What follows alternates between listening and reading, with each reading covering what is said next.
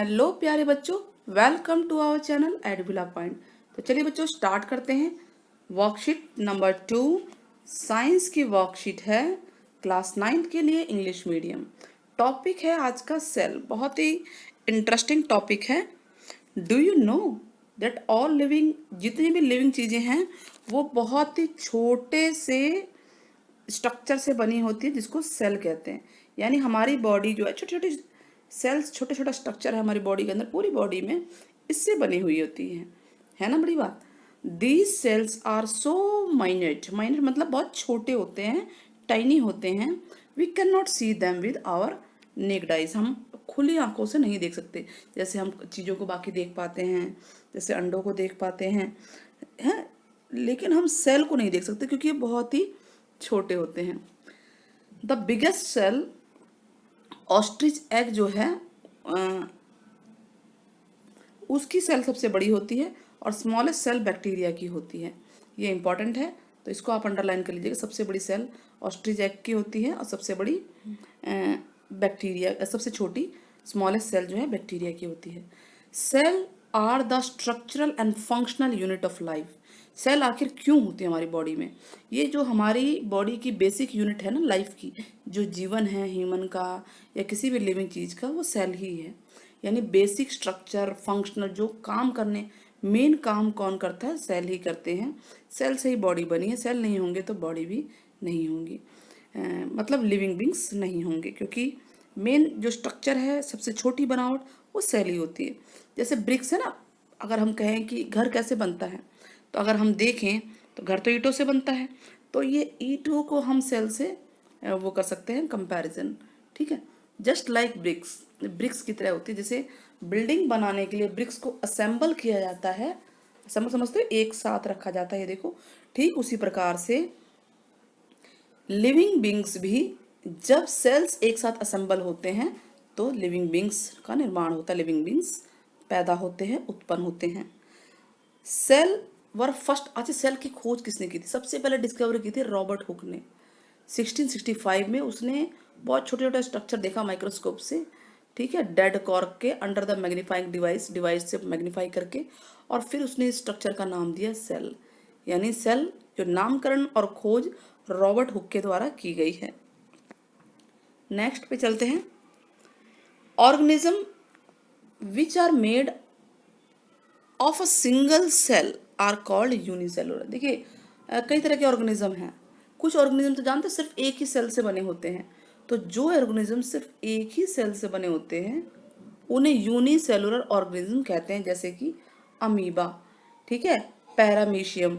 ये सब क्या है? यूनिसेलुलर। यूनी का मतलब होता है सिंगल, यूनी मतलब सिंगल, सिंगल सेल से बने हुए हैं। अमीबा, पैरामीशियम इसका एग्जाम्पल है।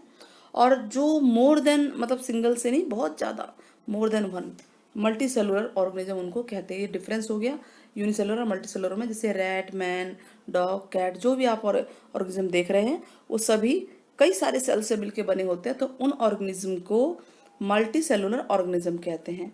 अच्छा, कई तरह की सेल्स होती हैं, ये तो ऑर्गेनिज्म के ऊपर हो गया ना।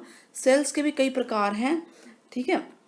मल्टी सेलुलर ऑर्गेनिज्म में कई तरह के सेल्स होते हैं, जैसे जाइलम, फ्लोएम, ये तो प्लांट में होता है मेनली है, और एनिमल्स में या और ऑर्गेनिज्म में ब्लड और नर्व सेल्स होती हैं। Blood cells, nerve cells animal के अंदर होती हैं। देखिए डायग्राम के अंदर दिखा रखा है यहाँ पे, यूनिसेलुलर ऑर्गेनिज्म यहाँ दिखा हुआ है, अमीबा है, पैरामीशियम है, ठीक है, और ये थर्ड वन। तो ये सब क्या है? एक ही सेल से बने हुए, यानी वही सेल डाइजेशन का काम कर रही है, फूड को खा रही है, डाइजेस्ट कर रही है, ठीक है, पचा रही है और रेस्पिरेट कर रही है, और सारा काम एक ही सेल करती है। लेकिन हमारी बॉडी में देखिए सेल है कई तरह की हैं। आप सोचिए डाइजेस्ट करने की सेल अलग है, रेस्पिरेटरी का अलग सिस्टम है, ब्लड का सिस्टम अलग है, नर्व सेल्स अलग हैं, ठीक है ना। तो हम मल्टी सेलुलर ऑर्गेनिज्म का एग्जाम्पल हैं। यहाँ पे देखिए मसल सेल, जैसे ह्यूमन बॉडी में मसल सेल्स होती हैं, सेक्स सेल्स में होती है। मेल में स्पर्म है, फीमेल में ये एग होता है, ठीक है। ये फैट सेल है जिसकी वजह से इंसान फैटी फैटी दिखता है। This is bone cell, blood cell, nerve cell, ठीक है, एपिथेलियल सेल और इम्यून सेल। तो ये सेल देखिए ह्यूमन बॉडी में, ये सब आप सोचिए इतने टाइप की सेल्स हैं। और सिर्फ ये एक एक नहीं है, लाखों करोड़ों में है ये सेल्स, बहुत छोटी छोटी होती हैं। ये टाइप्स में कैटेगरी के लिए बताया गया है कि इतने तरह की सेल्स होती हैं। ठीक है, different type of cell in human body. Human body में हमने देख लिया। अब ये सेल के अंदर ये दिखा रखा है कि सेल का स्ट्रक्चर कैसा होता है। सेल के अंदर ये सेल का मेम्ब्रेन है, द्वार है, और ये लिक्विड दिख रहा है ना, ये लिक्विड लिक्विड डॉट डॉट कर रही हूँ, ये साइटोप्लाज्म है, इसको न्यूक्लियस बोलते हैं। और ये मेम्ब्रेन हो गया, सेल मेम्ब्रेन, और ये न्यूक्लियस मेम्ब्रेन। जो न्यूक्लियस है तो न्यूक्लियस का मेम्ब्रेन है। इसको मैं थोड़ा और बड़ा करके दिखाती हूँ आपको, ये देखिए। ठीक है, तो न्यूक्लियस के मेम्ब्रेन को न्यूक्लियस मेम्ब्रेन बोलेंगे। सेल के membrane is like a door. जैसे अपने घर में डोर होता है ना, दरवाजा, और उसको बंद कर दो तो अंदर बाहर से कोई आ जा नहीं सकता है ना। ठीक वैसे membrane is like a door, कि जो चीज़ें चाहिए सेल को वही अंदर अलाउ होंगी और वेस्ट मटेरियल बाहर निकलेगा। ठीक है, और ये लिक्विड पार्ट साइटोप्लाज्म कहलाता है, इंटरनल पार्ट न्यूक्लियस कहलाता है। आई होप आपको समझ में आ गया होगा। चलिए आगे बढ़ते हैं। Different organism are made of different type of cell. जो अलग अलग तरह के ऑर्गेनिज्म है ना, अलग अलग तरह के सेल्स बने होते हैं, छोटे छोटे सेल्स होते हैं। सेल्स के भी कंपोनेंट हो गए, मैंने अभी आपको दिखाया, ये कंपोनेंट ऑफ सेल कहलाते हैं। ठीक है, और इनको सेल ऑर्गेनेल्स बोलते हैं। ये सारे आपको लिखने हैं, nucleus, cell membrane, cytoplasm, vacuole. ठीक है, इसके बारे में हम काफ़ी डिटेल में पढ़ेंगे इस क्लास में। सेल ऑर्गेनेल्स जो है अलग अलग टाइप के फंक्शंस यानी काम करते हैं। ठीक है, जैसे हमारी बॉडी में हाथ, नाक, पैर सब अलग अलग काम करती है ना, वैसे ये भी अलग अलग काम करते हैं। चलिए, अब क्वेश्चन आपको समझ में आ गया होगा, तो क्वेश्चन के आंसर करते हैं कि व्हाट आर सेल्स। सेल्स क्या है और where are they found. Organism के अंदर पाए जाते हैं, सीधी सी बात है। सेल्स क्या होते हैं, बहुत ही छोटी स्ट्रक्चर यूनिट होते हैं। तो ये रहा, सभी लिविंग ऑर्गेनिज्म हैं वो छोटे छोटे सेल से बने होते हैं।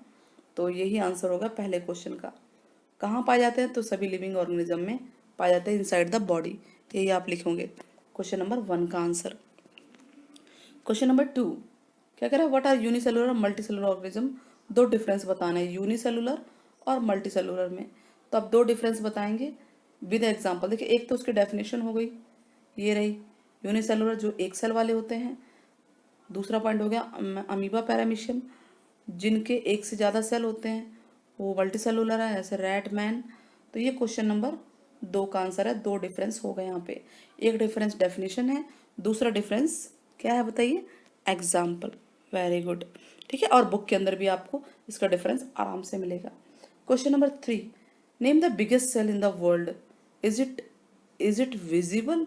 तो देखिए, ऑस्ट्रिच का जो एग है, कुछ सेल्स दिख सकते हैं, जैसे यहाँ पे लिखा था ना कि हम नेक्ड आई से नहीं देख सकते, लेकिन कुछ एग दिख सकते हैं, एग की तरह सेल्स, फ्यू लाइक एग्स की तरह हो। तो सबसे बिगेस्ट सेल जो है क्या है, आप यहाँ से लिखेंगे बिगेस्ट सेल जो है ऑस्ट्रिच एग की है। तो ये क्वेश्चन नंबर 3 का आंसर है। यस, देखा जा सकता है इसको। Now question 4 who discovered cell and when. Cell की डिस्कवरी किसने की और कब की। तो इसका आंसर भी हमारे सामने ही है कि रॉबर्ट हुक ने की थी 1665 में। तो क्वेश्चन नंबर 4 का आंसर इतना से है 1 लाइन में। आई होप आपको वर्कशीट समझ में आ गई होगी। तो आप ये बताइएगा, जो प्लांट में सेल ऑर्गेनिज्म होते हैं वो कौन कौन से हैं। कमेंट में ज़रूर बताना है। अगर आपने वीडियो देखी होगी तो आप ज़रूर बताएंगे। Till then take care, bye bye, फिर मिलते हैं।